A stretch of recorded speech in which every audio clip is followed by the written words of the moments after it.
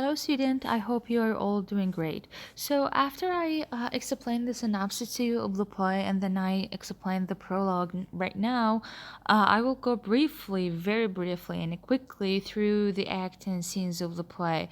As you have already know that the beginning of the play, like the characters are engaging with each another, I explained almost everything in the synopsis, and it was very clear to you. Right now, we will go a little bit in details to explain to you how the characters engage with each other and to get to know each of the characters, let's say, side. So I will go over Act 1 and Scene 1 briefly and quickly, as I've already told you, and then we'll go to Act 2 as well in this PDF file. Um, you cannot student copy and paste from this file because it's already there is a copyright for this file, so you cannot just copy things from it and then just paste it to some other place. So I highly recommend you, let's say, explain the things in the play using your own words. And if you have to go to this file, then you only have to go there just to remember the event in case you forget any of them. So let's come to Act 1, Scene 1. So in the beginning of the play, especially this comedy, Goldsmith establishes three important things. So in the beginning of the play, we have the characters, and then we have the location, and then we have the circumstances that led to the development of the plot. Okay, so let's come to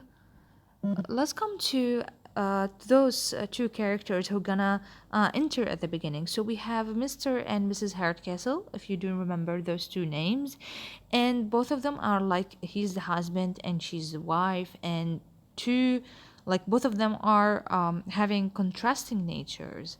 And from the beginning, Oliver Goldsmith tried to show that to the audience. How is that? Let's see. Hardcastle is a really traditionalist. He loves old time, old manners, old books. So he's a tradition. Like he's so much more concerned about old books, old manners, old wine, everything that is old. Okay, and we know that Mr. Hardcastle has a daughter, and her name is Kate. Okay, by his previous marriage. Okay, um, whom he treats in a very kindly but firm manner. Okay, so his second wife, and her name is Dorothy Hardcastle, or sometimes we call it Mrs. Hardcastle. So, students, if you see Dorothy, don't get really disturbed because this is her first name. So, Mrs. Hardcastle is different from Mr. Hardcastle because uh, how is she different? Because she's more interested in London society. Okay, anything that is associated with high class people, and she's always expresses a longing for a trip into town because she doesn't really want to live in a countryside. She's more associated to high life people, and she's more interested in fashion. Okay, so do you see the contrast? So, student, if I ask you to analyze those two characters, Mr. and Mrs. Hardcastle, this is from the beginning. We have to say that Mr. Hardcastle is more associated with the old stuff, and Mrs. Hardcastle is more associated with fashion and the new stuff. Um, to accommodate these, she tries to lose a few years from her age. She has a son by her first marriage, and the son is called Tony uh, Lumpkin. And she, by the end of the play, or let's say in the middle of the play, we know that she wanted Tony Lumpkin to marry Constance Novel, okay, because she wanted to control the jewels. So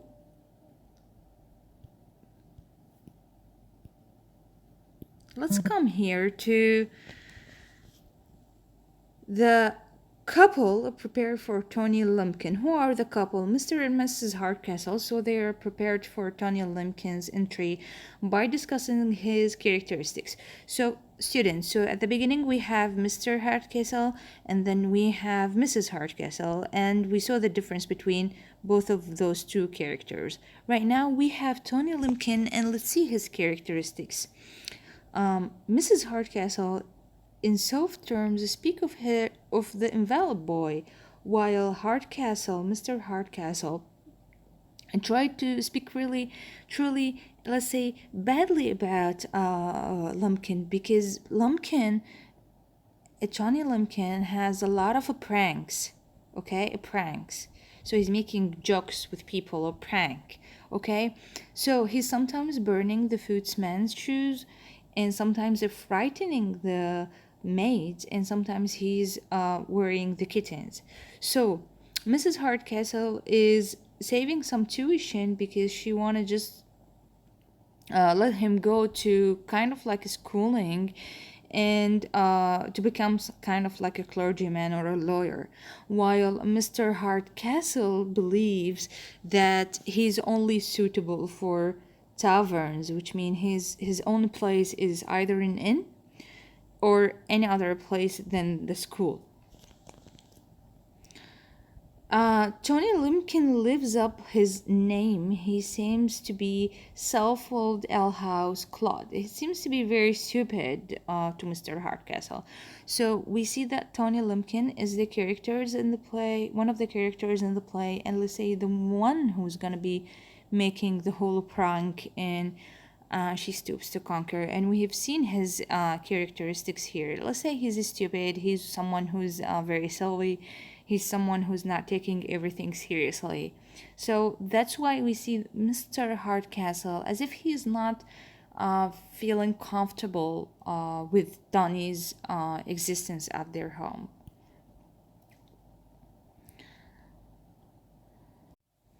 What we have here, we have Kate then entered. Kate, Mr. Hardcastle's daughter. And she enters immediately after Lumpkin exists, and we compare the two characters as well.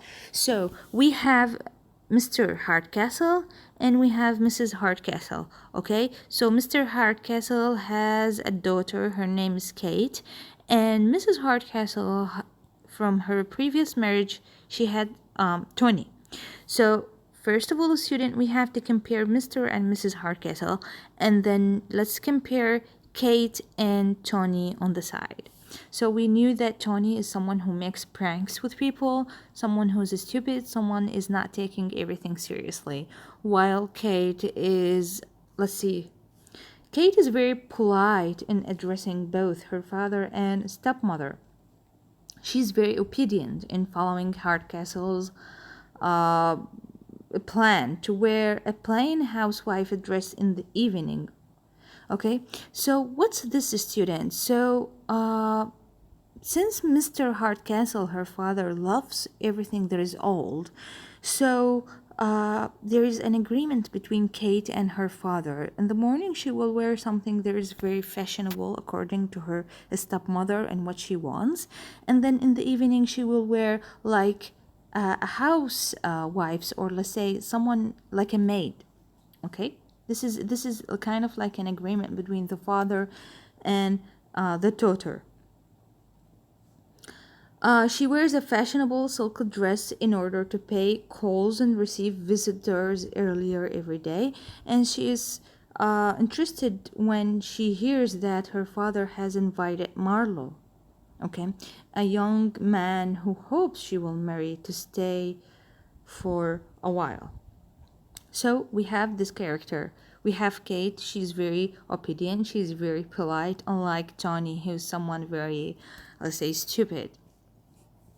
The final person to enter this, let's say, on the stage is Constance Neville, okay? And this is Mrs. Hardcastle's niece, okay? And she's very close a friend to Kate as well.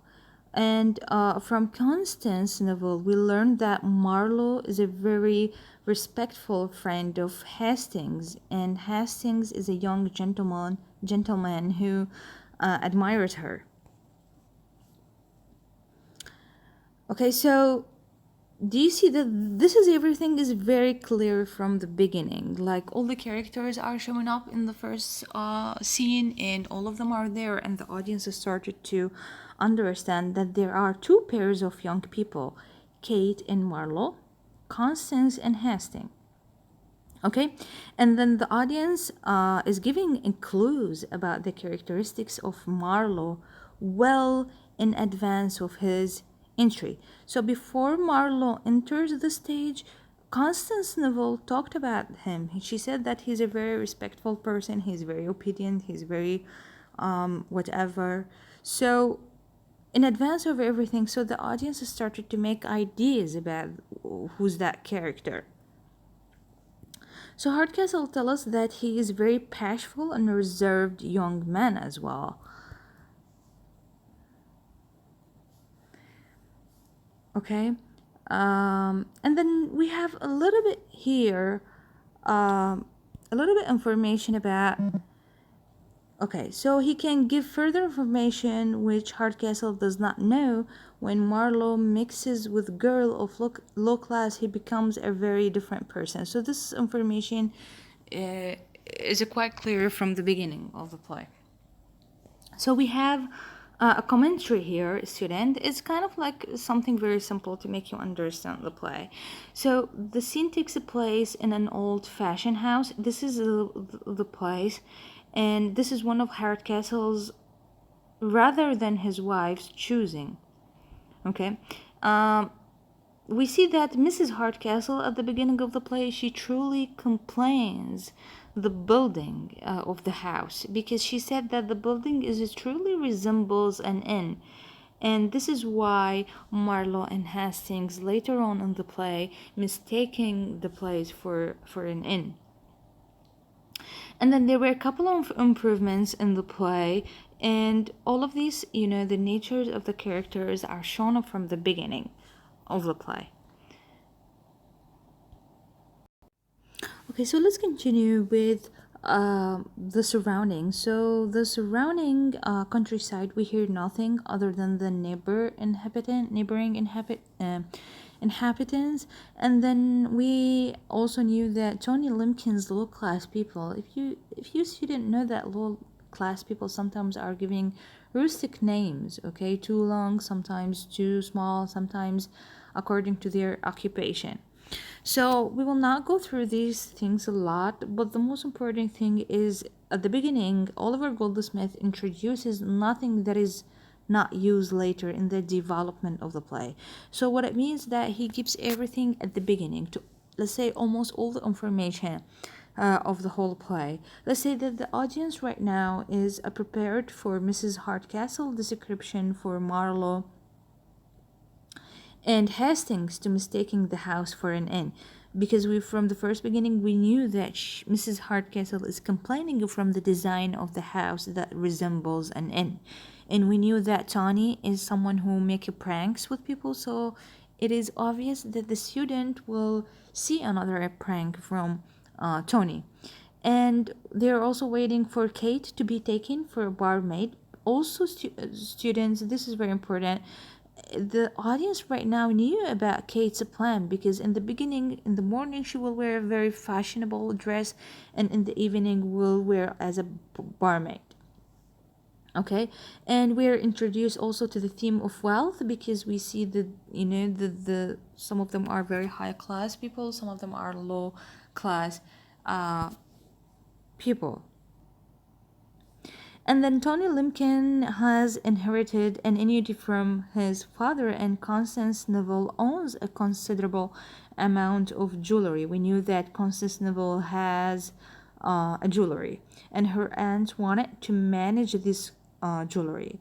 So the recovery of these jewels will add to the nature of the plot later in the play. Even Tony himself.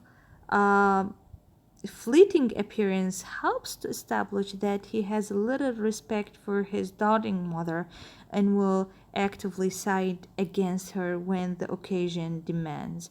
So, do you see the students from the beginning of the play? Everything is put in the right direction for the audience to understand what will happen in the play. This is all when it comes to Act 1, Scene 1. So, students, right now we move to Act 1, Scene 2, and we see in this act Tony Lumpkin is sitting in the Three Pigeons, the inn that I already explained to you at the beginning and the synopsis. And now he's sitting with his fellow people from the low class, and he is shouting, singing, and doing, a couple of stuff. And then, assuming there is no need to. There is no need to read these things, okay? Leave it so far. And then let's just start from the later on information. Okay, so we have the landlord of the inn, okay? And the landlord of the inn announces that both of Marlow and Hastings, two people, like at the door of the inn, and they have already lost their way. And Lumpkin already knew, and he was waiting for two men to come to his house, and now he really had a plan to avenge his stepfather's let's say behaviors towards him.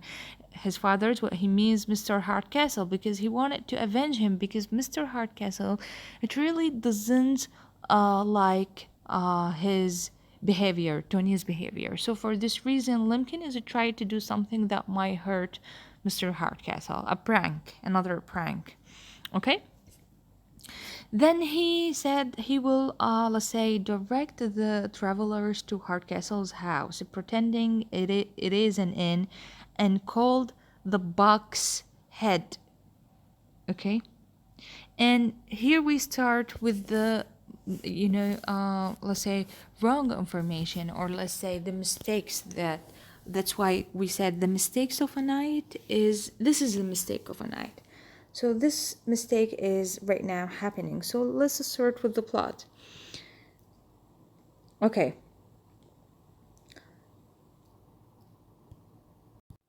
So we see here that in the previous scene, the audience already prepared for both of like Marlow and Hastings to enter the scene, okay, and to mistake or let's say lose their way and mistake the house for an inn. So Lumpkin's spirit of fantasy began to work at once, and Tony Lumpkin, described Mr. Hardcastle and Kate in an unattractive light, but to present himself as a agreeable youth. So more fantastic is the description of their surroundings. So both of like the landlord of this inn, the Three Pigeons, and Tony Lumpkin, they started to describe the countryside for both of Hastings and Marlow. They said that, by the way, student, this is a truly fabricated description, because they want them to believe that the Buck's Head or Mr. Hardcastle's house is the good way to go there, because they told them that the area and the countryside is boggy road, hills, and there are a couple of dangerous things that's happening around.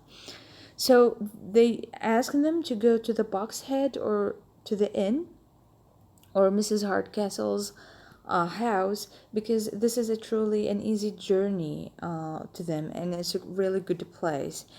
And also Lumpkins told them that Mr. Hardcastle, he's an innkeeper. So we have a lot of mistaken identity in here. And then the travelers try to make their way out through Tony Lumpkin's description. So do you see, this is student, this is a little bit commentary on the play. So in this scene, Goldsmith lays the basis for the plot. So from here, he started to lay the basis for the plot. So this is the mistake of the night. Here we go with the mistake of the night that begins with Marlow and Hastings assuming that Hardcastle's house is the Buck's Head or the inn. Okay? And he's building on the impression he carefully contrived earlier of the rambling old-fashioned mansion.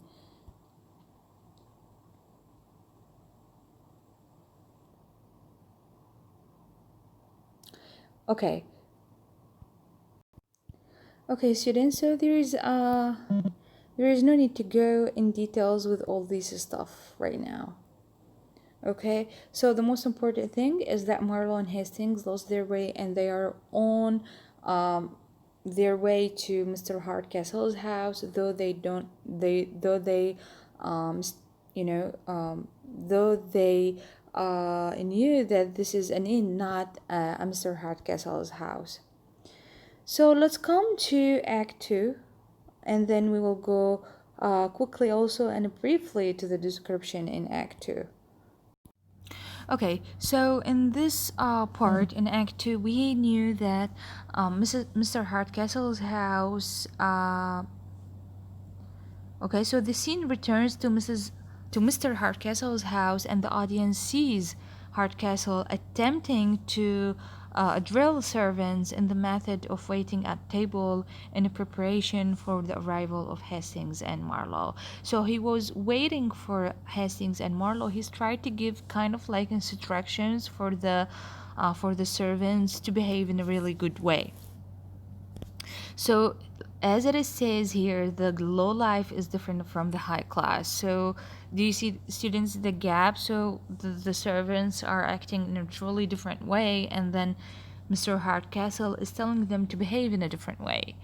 And we see here that the scene is interrupted by the arrival of Hastings and Marlowe. So both of them came to Mr. Hardcastle's house, and then they both admire the house because they both of them believe that this is truly an inn, not a house. Okay. Uh,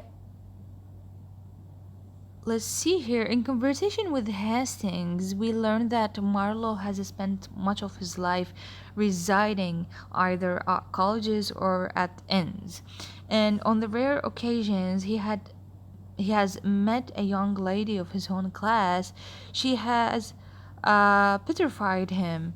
Marlowe claims that he is visiting Hardcastle in order to let Hastings meet Constance Neville. So Hardcastle welcomed the visitors, and he showed them their way to the place to get sleep. And he told them that this is a Liberty House, Hall, and he is immediately mistaken for the innkeeper. So Marlowe knew that Mr. Hardcastle is an innkeeper because Tony told him this. Okay, and we see here.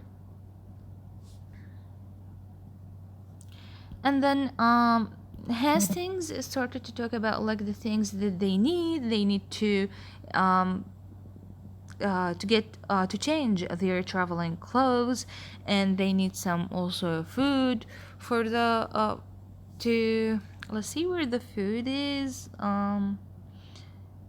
Okay, this is the quality of a quantity of a proposed meal, and Marlowe delegate the choice of a food to Hardcastle. So they also asking for a food.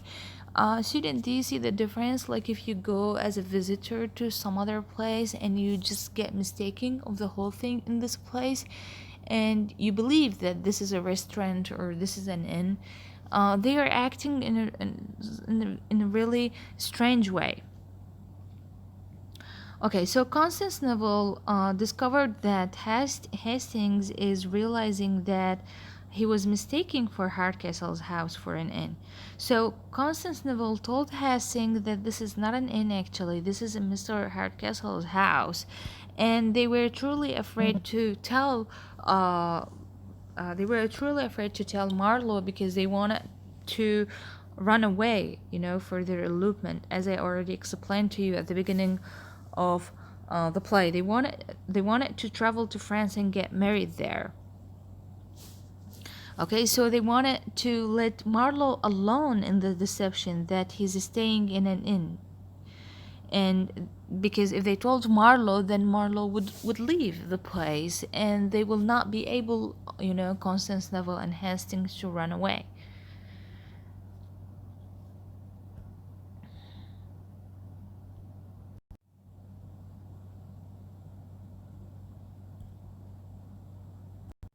So, student, when Marlow returns from the bedroom, Hastings told him that Constance and Kate have arrived, and he pretends that they need to renew their horses at the inn. So, Marlow, although he was very anxious to leave, because he doesn't really want to meet Kate, because as we already know that he's feeling very shy with women presence.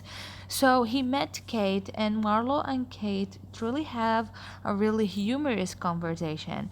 And then after that, after they left, or after Kate is left, she said that, or she felt like Marlowe is a man of sentiment. He's a serious, he's an honorable and highly sensitive young man. This is Kate's first impression on Marlowe. And he has a good sense, but then so buried in his fears that is fatigues one more than ignorance. She determines to discover how can she teach him a little confidence.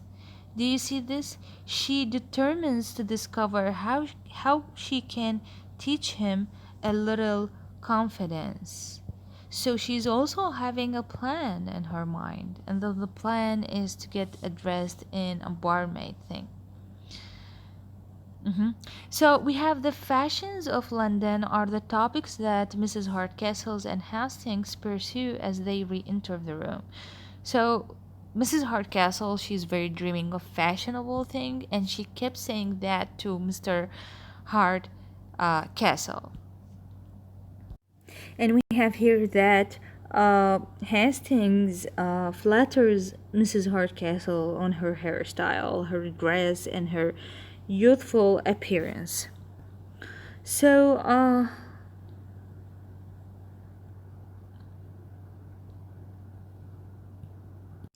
so we have here Tony came to the house and he met with Hastings also, and then um, Tony truly attacks Constance Neville, and he started to talk bad about her, and he doesn't want to marry her. But Hastings said, "How about like to offer you to take Constance off your hands and give us some help in this concern." And Tony promised to help Hastings, okay, and to provide them with horses, and also to get a little bit from the Constance fortune from his mother. So, in this point, this is the first point in the play in which Lumpkin's character has been presented as a friendly, agreeable light, and Hastings rightly draws the attention of the audience to his virtues. So, a student in this act, the deception of Tony Lumpkin is try to make it work, okay? For the prank that he did, Hastings is try to mistaking the house, and Marlowe as well. So students, we see here the in this let's say act, we see a lot of mistaking things, ironic things, let's say, and the mistaking identity that happens allows a number of ironic remarks to be made. So the most obvious of which is Marlowe's and Hastings, and how both of them, mistaking the house for an inn, and we say that we see that let's say here the number of people who are fooled by Lumpkin's trick. So the number of those who got it tricked are diminishing, which means it's getting less, because the both of Hastings and Constance discovered that it was a prank, and they discovered that it was a mistake, but Marlowe is not. Leaving Mr. and Mrs. Hardcastle and Marlowe with the crossed wires.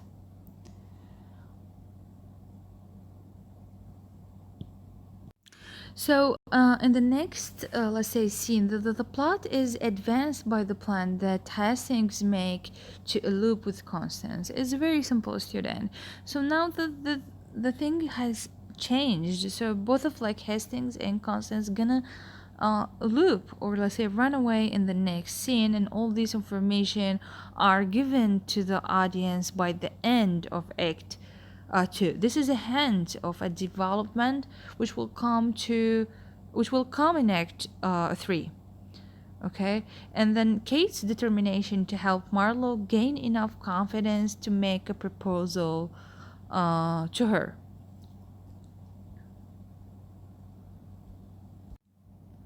So student try to leave this part on page 25. Try to leave it. And this is all what is important in Act 1 and in Act 2. I hope I make it clear for you. Though I went briefly and quickly through the events. I went, quickly and briefly because I thought that the synopsis that I gave you is very, let's say, brief. Let's say, information about the whole play. So in the next video, I will go over Act 3 and Act 4, and then we'll go over the themes and literary devices that is used in our play She Stoops to Conquer. Thank you for listening.